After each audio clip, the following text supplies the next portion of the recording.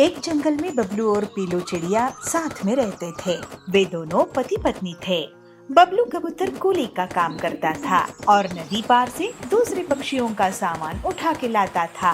एक दिन जब बबलू काम पर जा रहा था तो पीलू उससे कहती है, अजी अपनी सेहत का भी ख्याल रखा करो। सभी किसी न किसी दिन छुट्टी लेते हैं। आज तो रविवार है और आप आज भी काम पर जा रहे हो।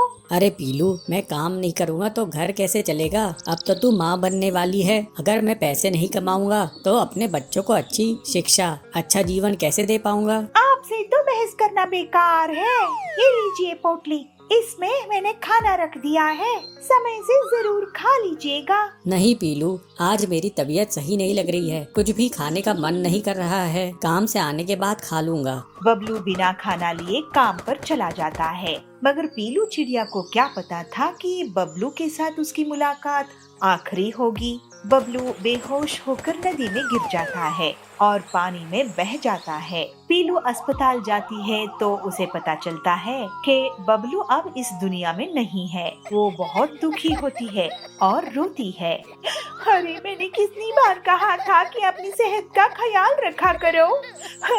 आखिर चक्कर आकर तुम पानी में बह गए। अब तुम ही बताओ, मैं अपनी होने वाले बच्चे से क्या कहूँगी। पीलू एक बच्ची को जन्म देती है। ऐसे ही एक दिन एक डाकिया उसके पास एक खत लेके आता है। पीलू उस खत को खोलती है। अरे ये खत तो कड़क सेठ की तरफ से आया है। मुझे बबलू की जगह नौकरी दी गई है। मुझे अपनी बच्ची के लिए ये नौकरी करनी ही होगी, तभी मैं उसे अच्छे स्कूल में पढ़ा पाऊंगी। पीलू जल्दी से वो नौकरी ज्वाइन कर लेती है और दूसरे पक्षियों की सामान उठाने लगती है। जब भी नदी के पार से कोई पक्षी आता था तो पीलू उसके पास तुरंत पहुंच जाती थी। बहन जी, क्या मैं आपकी इस सामान को उठा लूं? वो ग्राहक कहती है। अरे तुम तो एक छोटी सी चिड़िया हो, क्या तुम इस बोझ को उठा पाओगी? हाँ बहन जी, मैं सारा बोझ उठा लूंगी। बहन जी, मैंने अपनी जिंदगी में इतने बोझ उठाए हैं कि उसके सामने ये बोझ कुछ नहीं है। तो सवारी चिड़िया कहती है, क्यों, ऐसा क्यों कह रही हो? और तुम अपने बच्चे को इस तरह क्यों उठा के लेके जा रही हो? तुम्हारे पति कहाँ हैं? क्या वो काम नहीं करते? तो पीलू कहती है, अरे मेरी दुख भरी कहानी सुन के क्या करेंगी दीदी? बहन जी, जो भी नदी किनारे रोज पक्षियाँ आते हैं वो मेरी दुख की कहानी को जरूर सुनते हैं, मगर कोई मेरा मदद नहीं करता। तो सवारी पंछी कहती है, अरे तुम मुझे तो बताओ, मैं जरूर तुम्हारी मदद करूँगी। क्या बताऊँ बहन जी, मेरी पति की मौत इसी नदी में डूबकर हो गई थी। उसके बाद से मैं यहाँ पे कूली की नौकरी कर रही हूँ। देखो पीलू, जब तुम्हारी बच्ची बड़ी हो जाएगी तब उसे मेरे स्कूल में भर्ती करा देना।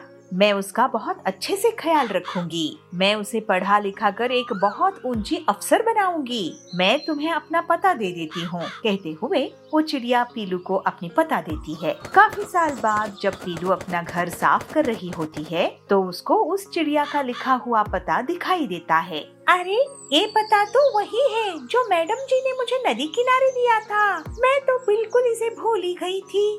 अब मैं अपनी बेटी को लेकर मैडम जी के स्कूल में जाऊंगी और उसे वहाँ पढ़ाऊंगी। पीलू अपनी बेटी को लेकर उस स्कूल की तरफ जाती है। अरे पीलू, आओ आओ, बहुत सालों बाद दिखी हो।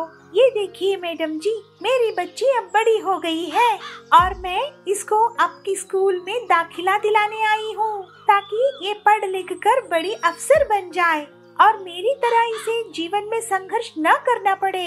हाँ पीलू, तुम चिंता मत करो, मैं तुम्हारी बच्ची को बहुत अच्छी एजुकेशन दूंगी। तुम्हें इस पर बहुत गर्व होगा।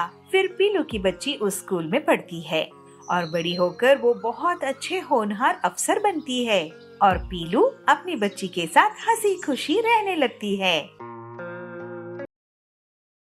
टोनी की नई नई शादी हुई थी और हर लड़की की तरह उसके भी कुछ सपने थे कि वो अपने पति के साथ घूमे, कुछ समय साथ बिताए और एक दूसरे के बारे में जाने। लेकिन असलियत इससे परी थी। अब टोनी अपने घर की जिम्मेदारियों में व्यस्त थी और उसका पति सोनू भी अपने ऑफिस के काम में व्यस्त रहता था। ऐसे ही दिन बीत रहे थे। एक दिन, टोनी, इस पीली साड़ी में तो तुम कमाल लग रही हो। हाँ, जी करता है आज ऑफिस से छुट्टी ले लूं। दोनों ऐसे ही आपस में बात कर रहे थे कि तभी उसकी जेठानी की बेटी वहाँ आ जाती है और टूनी के पास जाकर कहती है, चाची चलो ना, आप मेरे साथ चाउमीन खाने चलने वाली थी। हाँ चुनमुन चलती हूँ, रुको। ये देखकर सोनू का मुंह बन जाता है और वो कहता है, चुनमुन तुम अभी जाओ, चाची बाद में चलेंगी। नहीं चाचा, मैं तो इन्हें साथ लेकर ही जाऊंगी। चुनमुन तुम जाओ, मैं तुम्हारी चाची कुछ आपस में बात कर रहे हैं। हाँ तो कर लो ना, किसने मना किया है। सोनू तो वहाँ से चला जाता है, लेकिन वो सोचता है अगले दिन कि वो टोनी को लेकर कहीं बाहर जाए और कुछ समय साथ में बिताए। वो इसलिए 2 मूवी की टिकट बुक कर लेता है और अगले दिन, टोनी चलो मूवी देखने चलते हैं। सोनू के ऐसा कहते ही चंपा उसके बाहर आ जाती है। क्या भैया आप मूवी देखने जा रहे हैं? हाँ चंपा, जा तो रहे थे। किस हीरो की फिल्म है वैसे? शाहरुख खान की फिल्म है, नई फिल्म लगी है ना पठान, वही देखने जा रहे हैं। अच्छा तो मैं भी चलती हूँ, मैंने ना उसकी बहुत तारीफ सुनी है। मेरा भी कब से मन था कि मैं उसके साथ फिल्म देखने जाऊँ, मतलब मैं शाहरुख खान की फिल्म देखूँ। अरे चंपा तुम क्या करोगी जाकर? मैं क्या करूँगी? अरे भैया मैं भी फिल्म देखूंगी और क्या। भैया मैं भी तैयार होकर आ रही हूँ। चंपा भी तैयार होने चली जाती है, लेकिन ये देखकर टोनी का मुंह उतर जाता है और वो मना कर देती है। ऐसे ही अब जब भी वो दोनों एक दूसरे के साथ समय बचाने को सोचते, तभी परिवार का कोई न कोई सदस्य आ जाता और एक दिन जब हदें ही पार हो जाती हैं, तो सोनू कहता है, अरे यार हद है, तुम लोगों को कुछ दिखता नहीं है क्या? हमारी अभी नई नई शादी हुई है, थोड़ा समय हमें साथ में बिताने के लिए भी चाहिए, लेकिन आप लोग हैं कि तभी आ जाते हैं। हाँ हमारी नई नई शादी हुई है, लेकिन हम दोनों को तो आपने घर गृहस्थी में इतना व्यस्त कर दिया है कि पूछो नहीं, हमारे पास एक दूसरे के लिए भी समय नहीं है। ये बात सुनकर उसकी सास कहती है, हाँ बच्चों, हमने तुम्हें घर के कामों में इतना व्यस्त कर दिया कि तुम अपनी नई नई शादी में जरा सा भी खुशी नहीं ढूंढ पा रहे हो या खुश रह पा रहे हो। हमें माफ कर दो बच्चों, हम भूल गए कि तुम्हारी नई नई शादी हुई है, लेकिन अब तुम निश्चिंत रहो, तुम्हें अब कोई परेशान नहीं करेगा, ठीक है।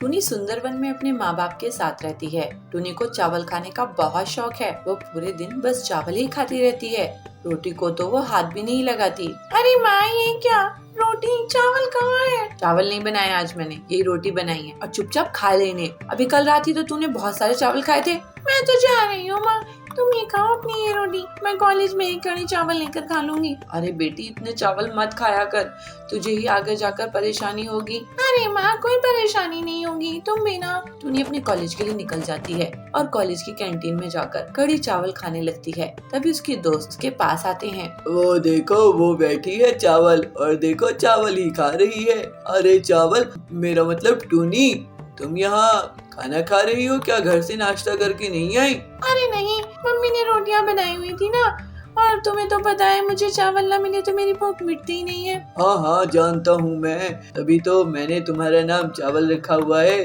टूनी पूरे दिन बस चावल ही खाती थी, उसे रोटी खाने का कोई शौक नहीं था। उसका तो पेट भी रोटी से ही भरता नहीं था, रोटी को तो वो छूती भी नहीं थी। ऐसे ही कुछ दिन बीत जाते हैं और टूनी की शादी सोनू नाम के लड़के से हो जाती है। शादी के अगले दिन वो सुबह सुबह रसोई में जाकर राजमा चावल बनाने लगती है। जब उसकी सास रसोई में आती है तो उसे देखकर कहती है, अरे बहू क्या बना रही है तू आज? माँ जी मैं तो राजमा चावल बना रही हूँ। क्या राजमा चावल? अरे बहू आज तो तेरी पहली रसोई है, तुझे तो आज कुछ मीठा बनाना चाहिए था, कि तू क्या बनाने लग गई? माँ जी सोनू जी को बहुत भूख लग रही थी, तो उन्होंने मुझसे कहा कि उनका राजमा चावल खाने का मन है, तो मैंने बना लिए। अच्छा, लेकिन पहले तो कभी मुझसे चावलों की उसने फरमाइश करी ही नहीं। चल बना ले, और हाँ कुछ मीठा भी बना लेना। टूनी राजमा चावल बनाने के बाद थोड़ी सी खीर भी बना लेती है और अपनी सास को देती है। उसकी सास को खाना बहुत पसंद आता है और ऐसे ही समय बीतता जाता है और अब टूनी हर रोज चावल ही बनाकर बैठ जाती थी। वो रोटियां तो कभी बनाती ही नहीं थी और रोज चावल खाकर उसकी सास भी अब उब चुकी थी।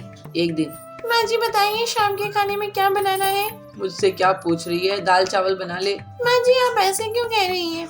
तो कैसे बोलूं, तू तो हर दिन यही चावल बनाकर बैठ जाती है। अरे फोन पर इतना कुछ देखती है, कुछ सीखती नहीं है क्या उससे?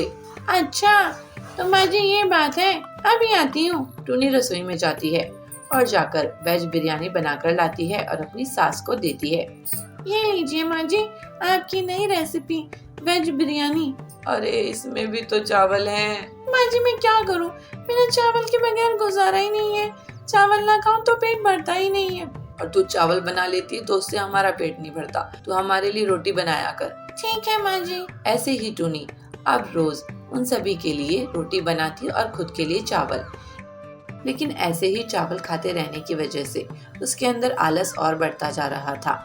एक दिन उसकी सास उससे कहती है, देख बहू, इसका तो एक ही इलाज है, अब तू चावल की रोटी खाना शुरू कर दे, नहीं तो तेरा शरीर ऐसे ही फूलता जाएगा और तू आलस की पिटारी बनती जाएगी। चावल खाना इतना अच्छा नहीं होता, ठीक है ना? चावल रोटी के मुकाबले जल्दी गल जाता है और तुझे भूख भी इसलिए जल्दी जल्दी लगती है। तू अब से चावल की रोटी बना के खाया कर। ठीक है माँ जी। अब से टुनी चावल की जगह चावल की रोटी बनाकर खाया करती और इससे उससे चावल खाने की बीमारी से मुक्ति मिल गई।